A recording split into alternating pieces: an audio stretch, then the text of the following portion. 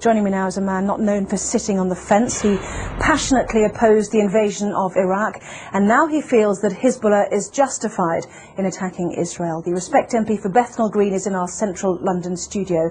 A very good evening, good morning rather, to you, Mr. Gallaway. How do you justify your support for Hezbollah and its leader, Sheikh Hassan Nasrallah? A preposterous way to introduce an item, and what a preposterous first question.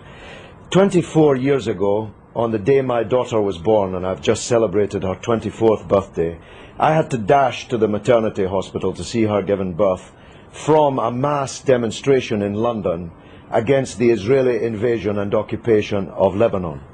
Israel has been invading and occupying Lebanon all of my 24-year-old daughter's life.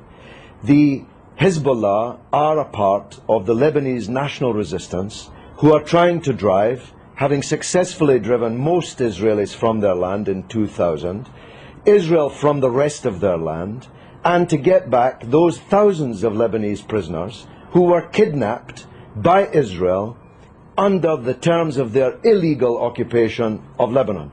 It's Israel that's invading Lebanon, it's Israel that's attacking Lebanon, not Lebanon that's attacking Israel. You've just been carrying a report of 10 Israeli soldiers on the border getting ready to invade Lebanon, and you ask us to mourn that operation as if it were some kind of war crime. Israel is invading Lebanon and has killed 30 times more Lebanese civilians than have died in Israel. So it's you who should be justifying the evident bias which is written on every line on your face and is in every nuance of your voice and is loaded in every question that you ask. Right, you put your finger on the button though, didn't you, when you said that Hezbollah was set up back in the 1980s in order to remove every Israeli soldier from Lebanese soil. As you said, it achieved that in 2000. No, it didn't. This is a setback. No, it didn't. It didn't. This is a key point that you're concealing from your viewers.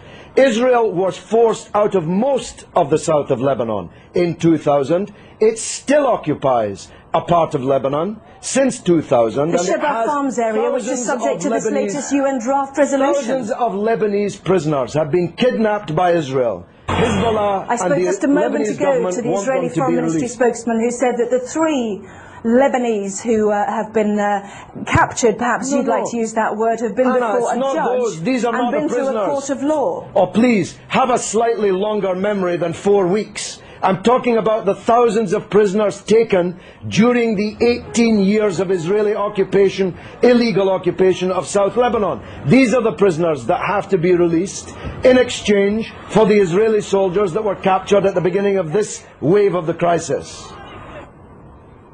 Can I ask you about a report that's in today's Sunday Telegraph, which showed that Iran has given Hezbollah long-range missiles capable of targeting any part of Israel. Iran, according to this Iranian MP who helped found Hezbollah, has also said that Iran has given the authorization to target Tel Aviv. Can you blame Israel for wanting to destroy those missiles? This is preposterous. America has given Israel missiles that can target not just every city in Lebanon, but every city in the Arab and Muslim world, including Iran. Why should America be allowed to give long-range missiles to Israel, including hundreds of nuclear missiles, but Iran is not allowed to give missiles? Because it's given it to a terrorist organization. But they're not a terrorist organization. Only in the mind of Rupert Murdoch's Sky and the Times and the Sun and the News of the World. I'm going to stop you there, Mr. Gallaway. Prescribed terrorist organizations. One man's terrorist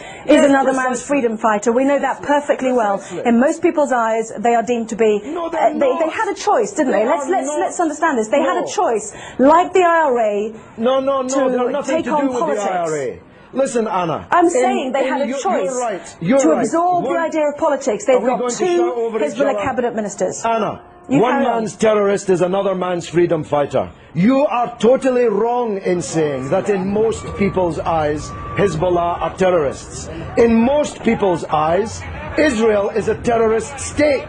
It's the fact that you cannot comprehend that fact that leads to the bias which runs through all of your reporting and every question that you've asked me in this interview. Can Can I ask you one question? I was relating to the IRA and Sinn Féin. They have decided to embrace politics. Hezbollah had the chance to embrace politics. They've already got two cabinet ministers. They're well respected in the south. In politics. They are. That's what I'm saying. Of the south if you listen to me, I'm saying they've got two cabinet ministers already. They had a chance to do that. Why did they need to capture and kill Israeli soldiers on the border? Surely that sets back their ambitions to be a political force inside a democratic Lebanon. Look, because Israel occupies their country and holds thousands of their compatriots as kidnapped hostages in their dungeons. It's really very simple, except if you think only in a clock that goes back 4 weeks. If you know, and you're old enough to know better, that this origins of this conflict are not 4 weeks or 4 years or 14 years, but are decades old. You want people to think that the crisis started when the clock started ticking on Sky News. No, I don't the people in Lebanon I want to ask you one final question. Do you think that the 4 weeks that we've seen, as you mentioned, the 26 days of this crisis, has set back Hezbollah's ambitions? Not only are Israeli soldiers now over the border. Let me finish. Would you mind letting me finish, please? Not only are Israeli soldiers over the border in sizable numbers, but also there claims to be a good political organisation to help a democratic Lebanese government with the Syrians who've also now left an independent state. That has also come to blows as well. What a silly question. What a silly person you are. Hezbollah is winning the war. You can see it on the other half of the screen. Hezbollah is more popular today. That was not my question. Hezbollah is more popular today in Lebanon, amongst Christians, amongst Sunnis, amongst Shiites, amongst all Arabs, amongst all Muslims, than it has ever been. It's Israel who's lost the war, and Bush and Blair, for politically organising the war, who've lost politically. This is a defeat for Bush and Blair and Israel. Everybody but you can see it. Let me separate out that question then.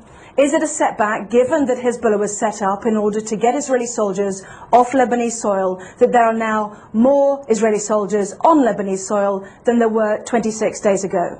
Well, they seem to be getting a bloody good hiding on the other half of the screen that I'm watching. Maybe you can't see it, but I'm watching them getting a bloody good hiding in the war. So if that's a success, I'm not sure what a failure would look like. The reality is that this conflict will go on. The United Nations resolution solves nothing, gives Lebanon nothing.